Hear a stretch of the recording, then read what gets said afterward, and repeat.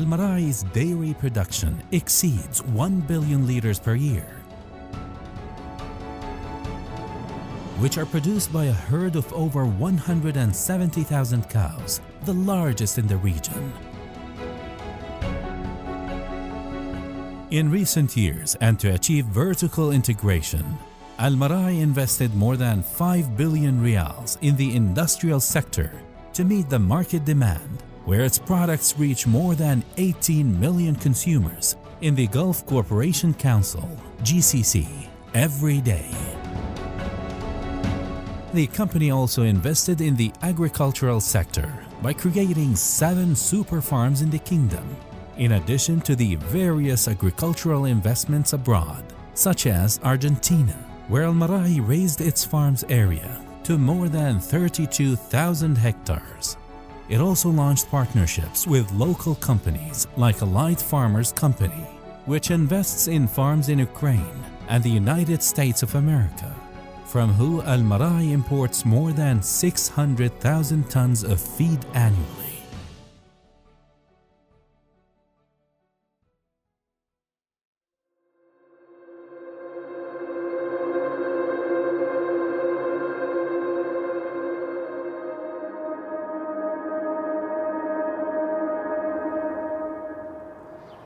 Those 600,000 tons of U.S. feed, most of it comes from Arizona. And to understand how Arizona hay and alfalfa end up going to Saudi cows is to first understand that the world and all its people and problems are connected, all linked, and that includes climate change.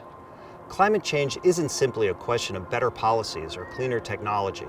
It's about how all the connections, political and economic, individual and societal, local and global, past, present, future, are part of the equation. And that makes the equation exponentially more difficult to change and more complicated to understand.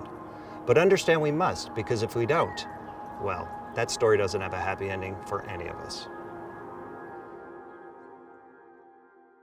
We need to go back more than 100 years to around the start of the 20th century, when some ambitious and far-sighted American politicians, led by the most ambitious and far-sighted of them all, President Teddy Roosevelt, decided to fill in some of the blank spaces that existed across our vast continent. The Southwest was one of those places, and the goal was to encourage farmers and ranchers to settle here. That meant the government stepping in and ensuring the one thing every farmer, every rancher, every person needs: water. Without a guaranteed year-round supply, there could not be, an American West. Roosevelt Dam was the answer for Arizona, 76 miles northeast of Phoenix, built in a narrow gorge between the Salt River and Tonto Creek. In the end, this was a game, a race to create an incentive to get hardworking, ambitious settlers to move into the middle of the desert. How do you get a bunch of smart, hardworking people to run as fast as they can into the desert? You tell them, if you get there first, you get the water, and by the way, we'll build the infrastructure to help get the water to you. So in order for us to build a country and fill a continent, all kinds of policies were put into place to create water resources. And there's all kinds of reasons you'd want to do that. You want to grow cities and farms, let people move here, move to the west. You want to provide economic productivity and industry, tax revenue. And I think that from the perspective of building a country or building a civilization, the policies and visions of our leaders from 100 years ago have really played out the way they imagined.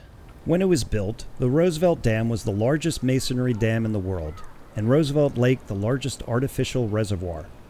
This massive undertaking helped turn Arizona from desert to fertile farmable land.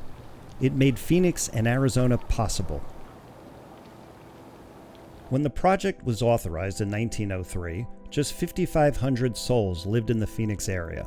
Even so, Roosevelt and politicians from both parties joined together to achieve something great that, and this is key, didn't provide any political benefit to any of them. No votes, no donations. They did it for the future of the country. They proved that Arizona could support real economic growth and paved the way for Arizona to become the 48th state in 1912. All was great for decades, until Arizona needed more water than the state's rivers and aquifers could provide. And so the Central Arizona Project, or CAP, was conceived. Those Arizona rivers were perfectly adequate for 100 years of development, but by the mid-20th century, those rivers were tapped out, and we had started pumping groundwater, and we could see the groundwater table already beginning to decline by the 1940s and 1950s. And so at that point, movers and shakers, politicians as well as business interests in the state started looking around for the next batch of water that we could control, capture, divert, and bring to this valley to keep growth going here in the valley. And the Colorado River was one of the biggest, but it was just so far away.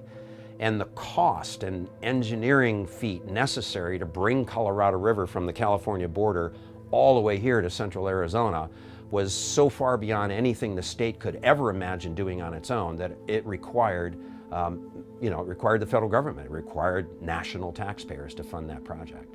The most expensive engineering project in history, CAP had to be a national project, and virtually every Arizona Democrat and Republican in the Senate and the House of Representatives worked as one year after year to make it happen. Even with all that firepower, it was not an easy sale. From conception to completion, it took decades. The legislation was first introduced in 1946 and not passed until 1968. With construction beginning in 1973 and finishing 20 years later in 1993. But they did it together. That's how good government works. That's how democracy works. That's how you build a future. That's how you bring water to the desert. Today, the artificial river runs 336 miles through some harsh territory. 336 miles. The Suez Canal is only 120 miles long, the Panama Canal a mere 50 miles. But it's more than just length. Rivers are supposed to run downhill, but CAP pushes all that water uphill to where we want it to go. 1979, a huge tunnel boring machine, a mole, chewed its way through the final inches of the western flank of the Buckskin Mountains in Arizona. Hole through, they call it. This admirable example hasn't been followed by everyone. Not at all. From time immemorial, desert dwellers lived in harmony with the natural world, taking only what was necessary to sustain the life of family and community, wise stewards of the land.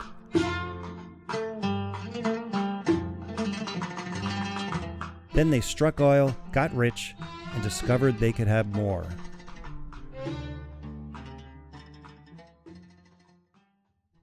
Welcome to the Kingdom of Saudi Arabia. Most of the country looks like Arizona, from sand to rock to some water underground and not much falling from the sky. For centuries, the people of this desert were nomadic, or lived in small communities. They survived by adapting to the terrain and its resources. They relied on animals such as camels, suited to the desert's deprivations. They preserved their water, 98% of which came from aquifers, by respecting its limitations, and used it with the greatest care. That all changed when the kingdom became oil-rich in the 1970s. With money came ambition, and ambition begat arrogance.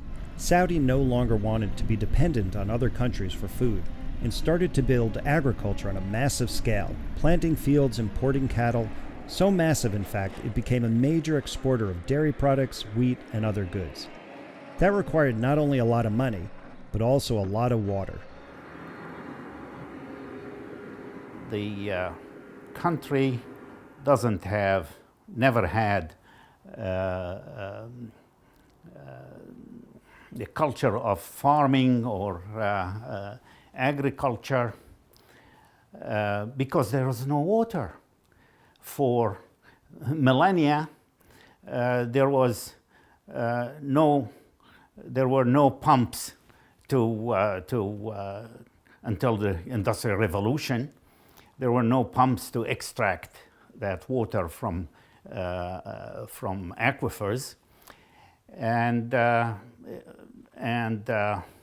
until the late 70s, mid-late 70s, Saudi Arabia didn't have the money to buy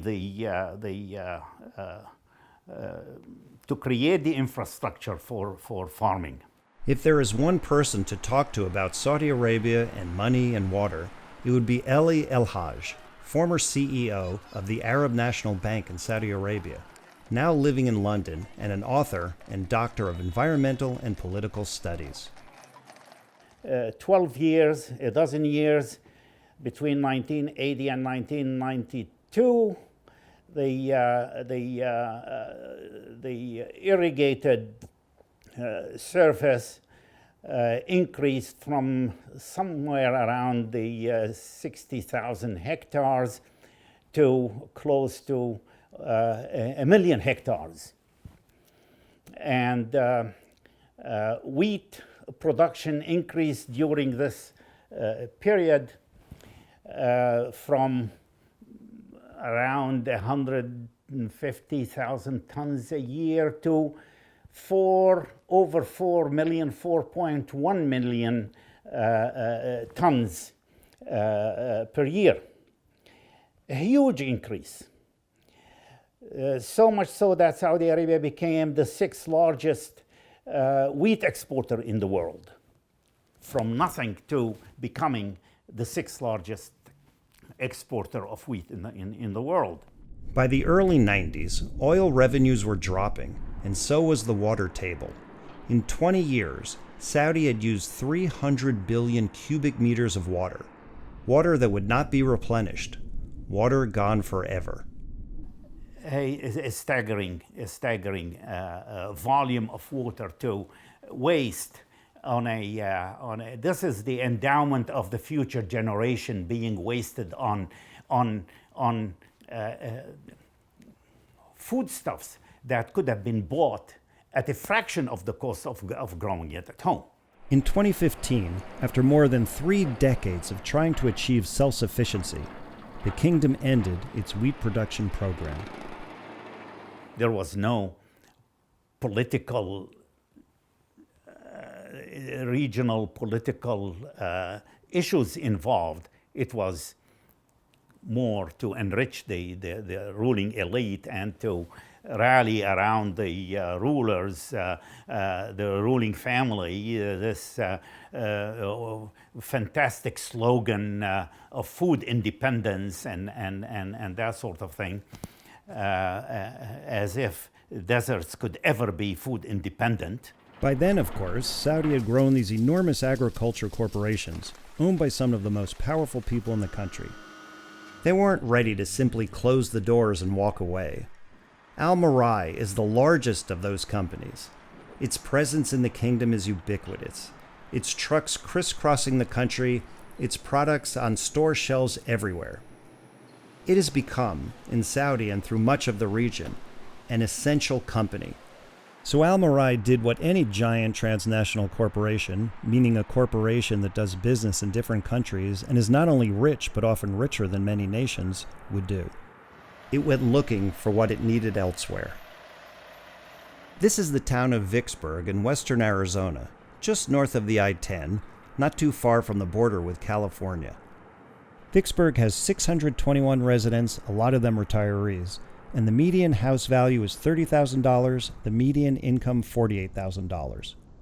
Vicksburg has a couple of neighbors, Salmon and Wendon, and not much else.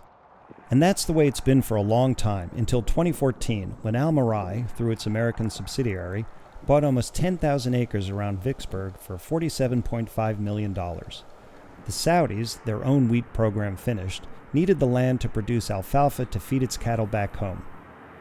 3 facts about alfalfa. It requires an enormous amount of water, it can grow all year, and it grows very fast, again and again. And I think that's where a lot of the animosity comes from, because you've lost that small town farmer that helps take care of the community to corporate farming where, there's nothing being brought to the table here. Al-Marai was clear as to its objectives, as reported in the Arab news. This transaction forms part of Al-Marai's continuous effort to supply the highest quality alfalfa from outside the kingdom to support its dairy business. It is also in line with the Saudi government direction towards conserving local resources. People around here weren't happy, and then people's wells started coming up dry. In fact, since the 1950s, the water table in the area has dropped 120 feet. homeowners began digging thousands of feet down in the hope, sometimes desperate hope, of striking water.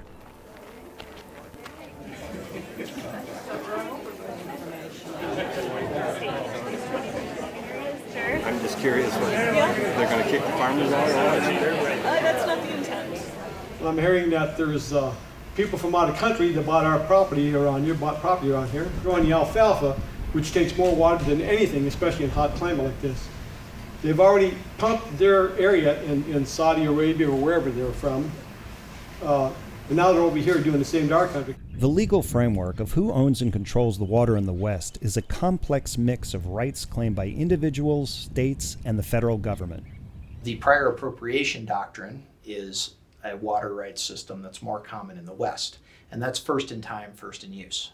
So if you start using water first, and if you keep using it for something that's a beneficial use, then you get to keep using it until you agree to stop using it.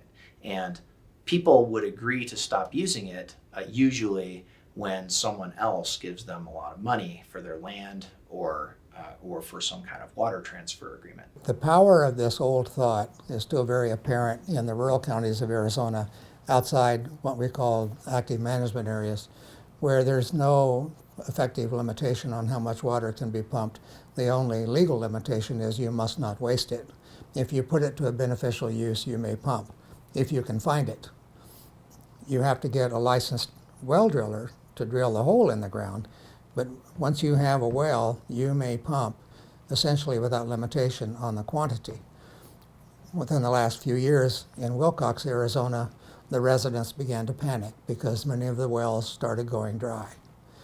And the Department of Water Resources organized lots of public meetings and private meetings to try to see if a consensus could be formed to bring a new system of groundwater management into that part of the state. And basically, because the local residents could not agree among themselves, it went nowhere. Now, they were on the verge of an emergency, and some of the people now do have to haul water. But even in the face of pending doom, so to speak, they could not reach agreement with their neighbors. The people who still had water in the pipes did not want to have their pumping rights curtailed. That meant that Al-Marai got to upgrade or install well after well to maintain these lush fields. And while the company brags about its tech's water-conserving efficiency, each of its wells is capable of pumping 1.5 billion gallons of water out of the ground. Remember, the large-scale farming engaged in by the Saudis and other transnationals in Arizona is not about producing food for people, but for cattle. And that's part of the broader problem, not only that we use so much water, but how we use it. So when you look at with the world changing and its fertile lands are changing, that we actually need to protect and use our agriculture here, but in the smartest possible way, growing a diversity of food that is not as water intensive, that doesn't put so many, food miles going completely somewhere else. What about food for Arizona or for the Southwest and places like that? Arizona is far from the only place Al-Marai has a massive operation. It also has 15,000 acres in Blythe, California, just over the Arizona border and along the Colorado River. Nor is it the only Middle Eastern company in the Southwest. Al-Dara, ACX, from the United Arab Emirates, has a 16,000-acre farm in Kingman, Arizona, another 5,000 acres elsewhere in the state, and 10,000 acres spread between California's Palo Verde and Imperial Valleys. Both grow alfalfa, and both also buy additional tons of hay from U.S. farmers, all to ship home. We understand that if the deeper you withdraw the water, the less water you have, the less quality you have, and the more the water costs, the less you make. So you're just ruining the profit in farming by, that's one of the resources you have to have is cheap, good water. So look where we are. The Saudi state destroyed its most precious resource, not oil but water, because it had pretensions of becoming a world agricultural power, because it had money and wanted to eat massive amounts of beef like Westerners, because it wanted to enrich its elite. and so came to America to do the same. But the sad truth is, U.S. corporations, U.S. transnationals, own considerably more farmland in Arizona, including in this same county and in California, in order to accomplish much the same thing: use the water in as much as possible to produce alfalfa and hay for export. Riverview, a Minnesota dairy, has 37,000 acres near Wilcox to grow corn, wheat, and alfalfa to feed some 150,000 cattle on the property.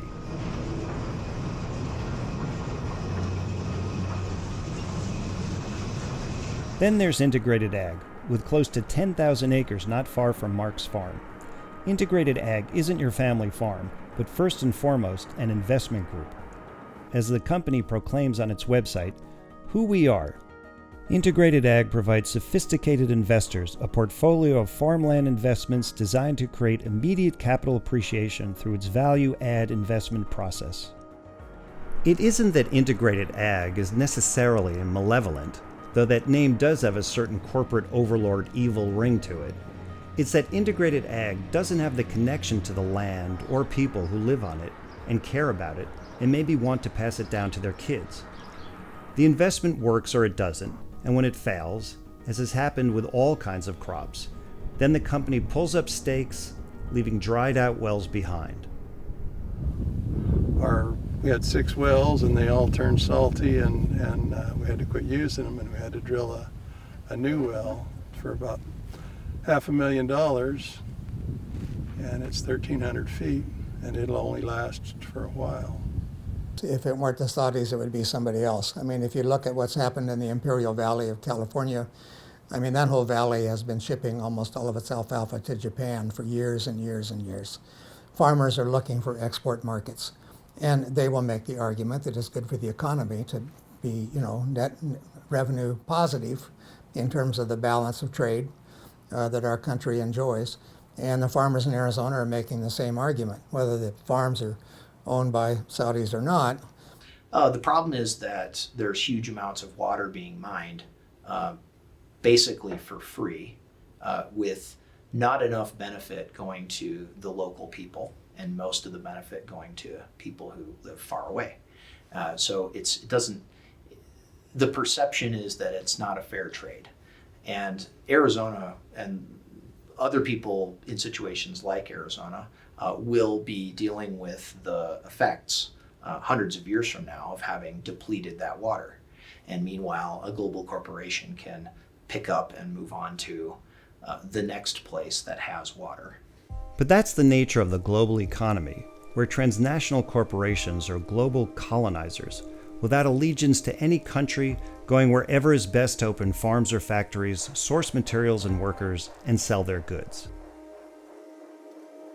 Their wealth and power mean that transnationals are not merely rich and powerful companies, they are vital links in the global supply chain, and thus critical to national security and world economies, thus becoming government partners, sometimes cooperative and sometimes adversarial.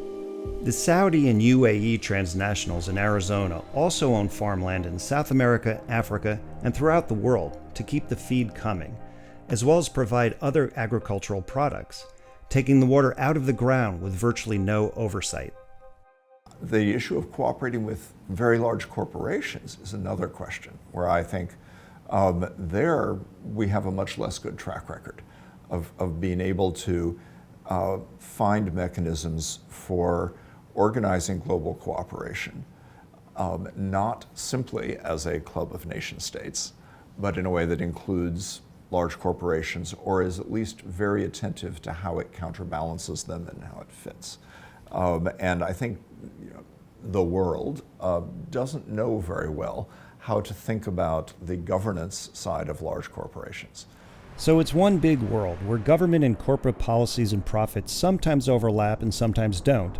And this is the fundamental problem with dealing with climate change, because it's way down on the list of big power priorities. So even though Almarai's holdings in the United States cause some complaints and, in the long run, are really not beneficial to either Saudis or Americans, the kingdom has, for decades, in administration after administration, been largely shielded from criticism, despite often working in opposition to American goals and beliefs. even in the wake of 9/11, when 15 of the 19 hijackers were Saudi citizens, even when, 18 years later, Saudi actions crossed a grotesque and very public line in the murder of journalist and U.S. resident Jamal Khashoggi. We also have a great ally in Saudi Arabia. They give us a lot of jobs, they give us a lot of business, a lot of economic development. Trump's simplistic preference for profits over all else was for once in line with past administrations, for the answer has always been money and oil. Oil they had and we needed to keep the economy running and our military moving, and president after president danced, sometimes literally, to the Saudi beat.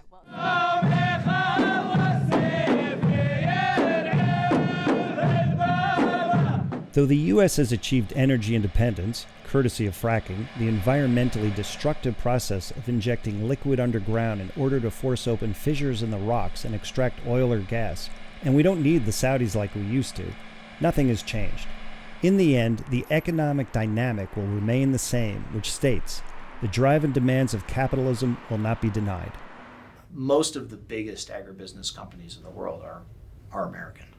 Yeah, absolutely. And so they're right in the middle of this. You know, for every example that we can find of a Saudi company doing something here, there's probably 100 of U.S. companies operating in interesting ways in other parts of the world. Yeah. It is a global system.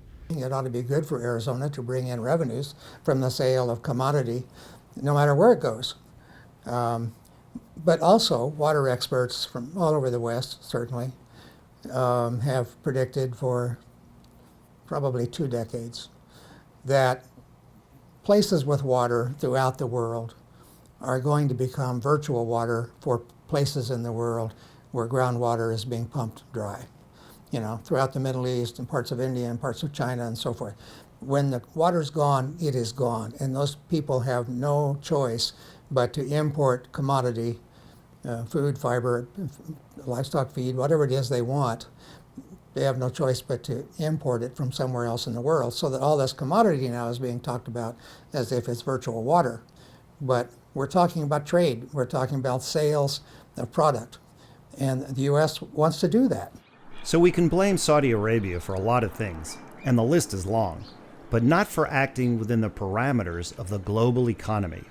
That economy has invented the idea of virtual water, water that is part and parcel of everything we buy and consume. The issue about the Saudi dairies is such a fascinating issue because it exposes so much of our complicated relationship with water, which is that there's this idea of virtual water or embedded water, which is that there's water inside of everything. There's water inside of your lettuce, there's water inside of your clothes, there's water inside of the electricity coming out of your outlets, right? Water is used to make literally everything, so water is embedded inside of everything. And if we had filled up giant tankers full of water and shipped them off to Saudi Arabia, people would have lost their minds. But if you take that same quantity of water and you embed it inside of lettuce or alfalfa and you ship that away, people see that as free markets. We see it as free trade.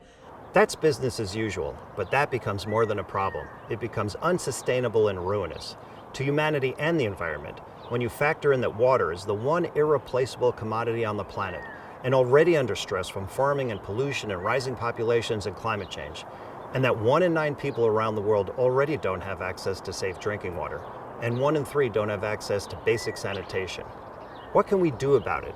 Or are the overarching forces that shape our world and impact our lives simply unstoppable? Remember all those protests in Vicksburg about the Saudis and the water disappearing? The protests died out, though nothing happened. Nothing changed, except that the water keeps disappearing. My home, I've always believed I was going to have it forever till the day I die. It's my home to last forever, but then, and I can grow food and enjoy my home. But now I feel like, gosh, is it really going to be my full-blown retirement home? And when I'm a senior, am I going to have water to continue this dream of mine to almost be self-sustaining? We can excuse them for feeling helpless because Vicksburg homeowners have no influence with transnational corporations or global forces. And it's only going to get worse because climate change is going to get worse, and the Colorado River is going to continue to run drier, and the groundwater is going to continue to be sucked up. We are in the midst of not just a drought, but a mega drought, driven by climate change, and one that could last decades. The headlines tell a frightening story. Mega drought emerging in the western U.S. could be the worst in 1,200 years. U.S. drought could last a century as we now enter a mega drought.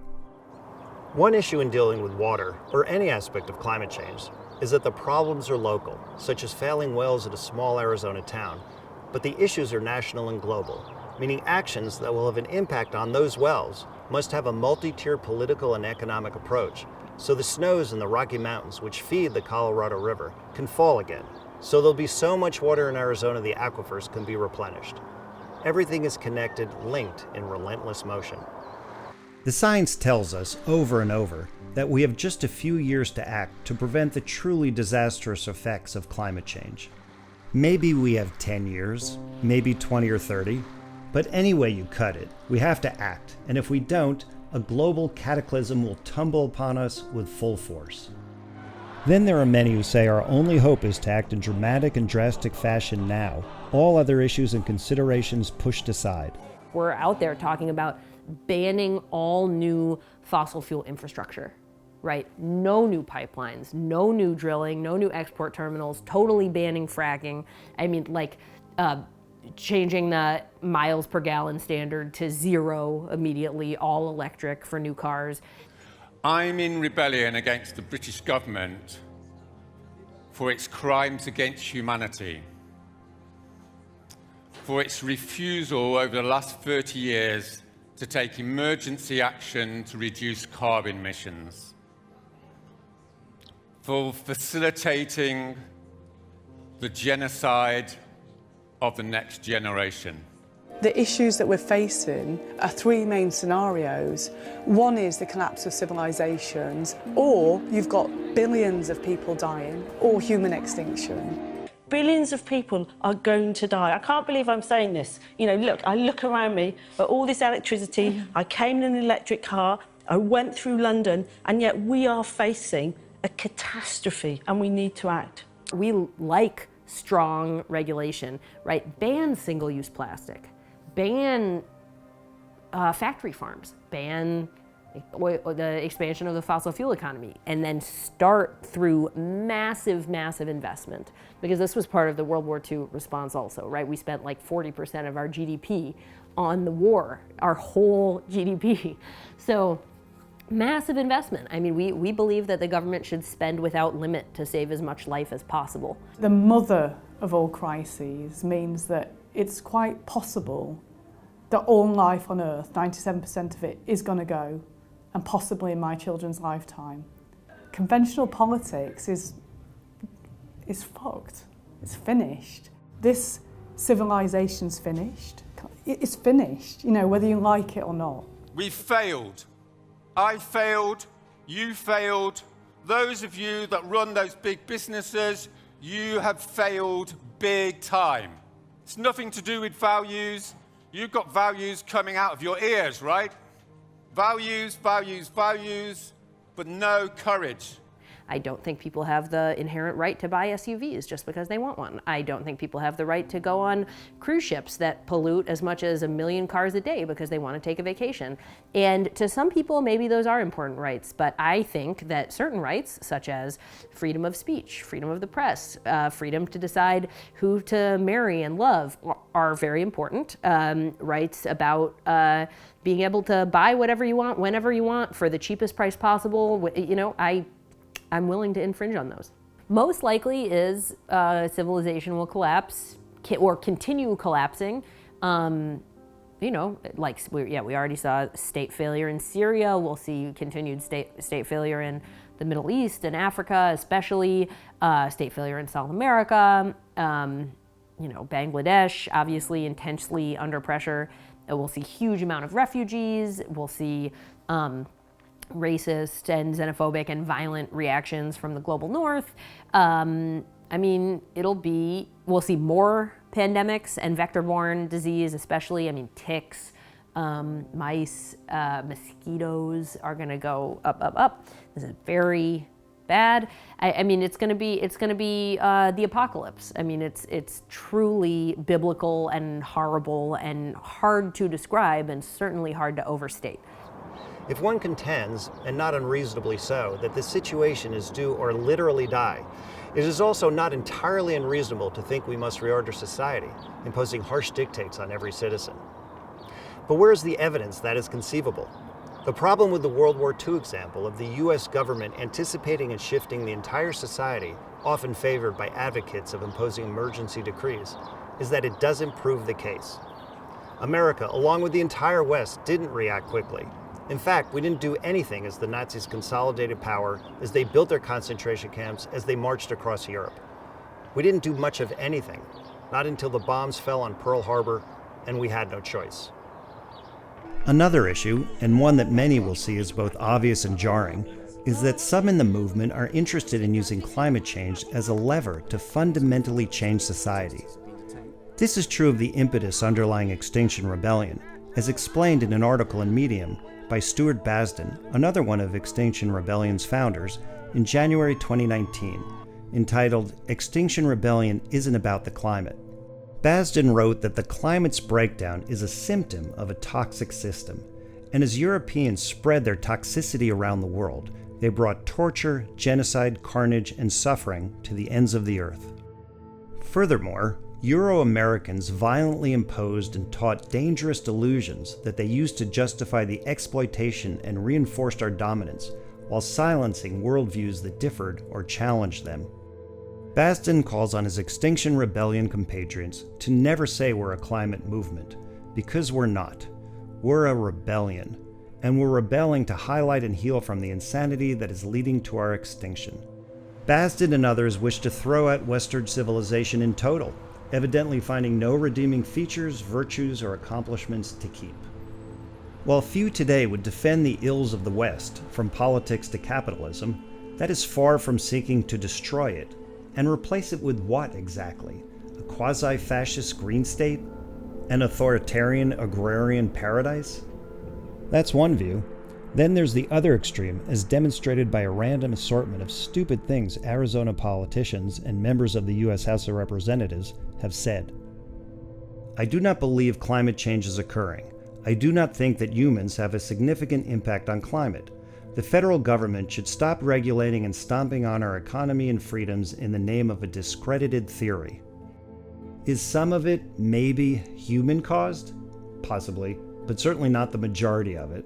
I think it just goes through cycles, and it has a lot to do with the sun. I don't see the data. When you think about the complexity of a worldwide system and the amount of data you'd have to capture, how do you adjust for a sunspot? Yes, they're all Republicans, the only major political party on the planet that denies the reality of climate change. So Obama's talking about all of this with the global warming and that, and a lot of it's a hoax. It's a hoax. I mean, it's a money-making industry, okay? And you can decide for yourself whether they're just that stupid or also cynical cowards, lying to appeal to their constituencies. Nonetheless, there are more politicians who believe in climate change than don't, and believe is the wrong word, because you either accept science or you decide not to because it's inconvenient or unpleasant. We don't have time to wait. This is an urgent task. And laws have been passed and EPA regulations issued. However, even putting aside the damage done by the Trump administration, those measures have not been remotely sufficient. This isn't because there aren't enough great ideas, technologies, and plans ready to go. Just look at the internet. They're everywhere. 100 solutions to reversing global warming.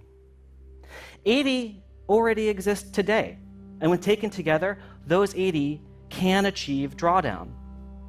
These are solutions that are viable, scalable, and financially feasible. This is a list of the top 20 solutions to reversing global warming. There are no silver bullets or a subset of solutions that are going to get us there.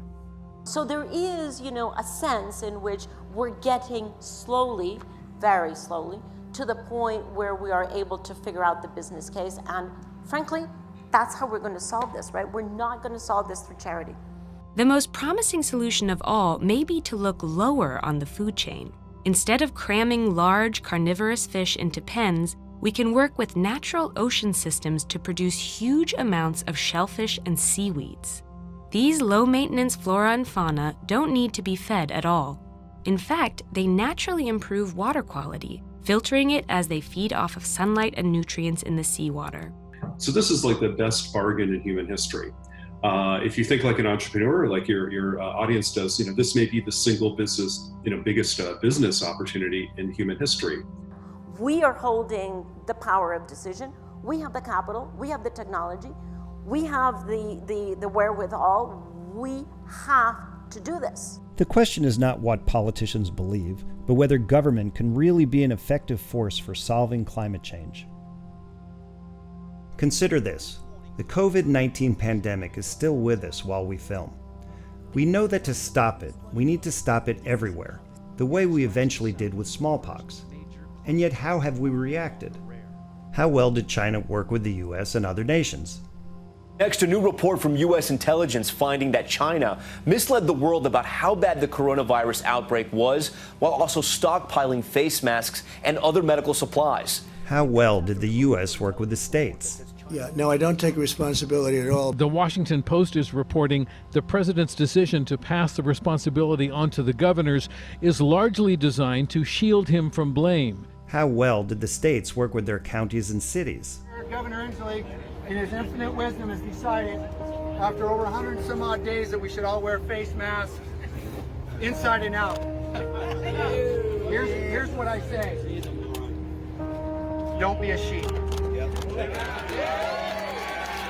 And in all those countries and states and counties and cities, how well is everyone following the guidelines and rules on wearing masks and social distancing?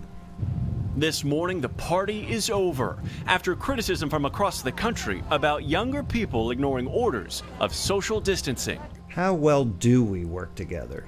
And one more thing, if you wonder if people will really care about saving lives in the face of climate change, look how many didn't care during this pandemic, when the choice was saving lives or protecting the economy.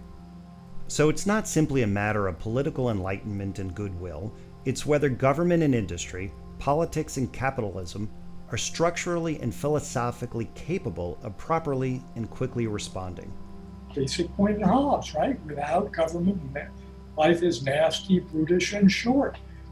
So it's what brings groups together to delegate power over us, which is, when you think about it, we take it for granted, but it's really paradoxical that individuals want to be in governments. They want to be coerced because they realize if they're not coerced, they're going to be killed. So, and given the choice, coercion's a lot better than being killed. I'm placing a bet in my comments, which is that it's possible for democratic societies to learn and reform themselves fast enough to be able to confront these issues within the framework of democracy. As against the bet some would place, that Extinction Rebellion or something would place, which is, no, in order to avert climate disaster, we will have to sacrifice democracy and get some sort of enlightened autocracy. I think it catches you. Hardly ever get enlightenment when you get the autocracy.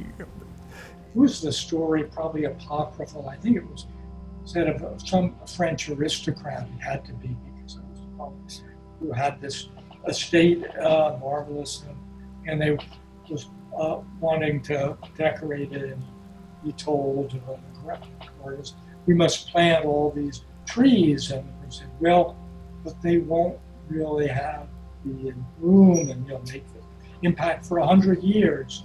And he said, that's why we must do it today. Since I care about democracy as well as care about the climate, I want the two together. And so my bet is going to be on trying to do whatever work it takes to strengthen democracy and the ability of democratic societies to effectively cooperate and pursue the necessary policies. If I were standing outside this and it wasn't about my future and I was just going to bet money in some if I were some god standing among the gods on Mount Olympus and placing wagers on what those crazy people would do, I would not necessarily bet that everybody will cooperate enough to do this, that everybody will change fast enough to do it, that national politics won't get in the way. It seems to me entirely possible that we will see wars occasioned by climate change before we see the structuring of a more effective cooperation. Now, not desirable, but if I were a betting man, not a bad bet.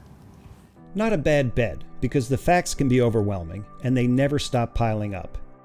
Here's another, and since we started with water and cows, let's end there. By 2050, it's estimated that China's newly acquired Western taste for milk, just milk, is expected to increase global greenhouse gas emissions 35%. That's just one country, albeit a big one, and one product. When you look at it that way, the Saudi impulse to get in the dairy game wasn't totally unwarranted, though still ridiculous and self-destructive. So here we are, back at the beginning. Everything is connected, overlapping, intersecting. The question is whether those connections allow for the kind of changes we need to effectively fight climate change.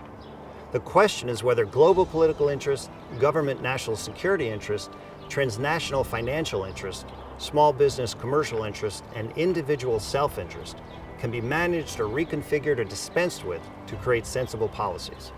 The reality is no one element can do it alone. And there won't be a magic bullet, no technological cure-all, no one-stop government fix, no citizen uprising. Rather, we will do what we always do when danger comes quietly, slowly, burrowing in until it rises to overwhelm and destroy. We will respond sporadically, piecemeal, 2 steps forward, 1 back, and hopefully fumble and fight our way to solutions that don't arrive too late to save us. Hopefully that will be good enough. We will find out soon.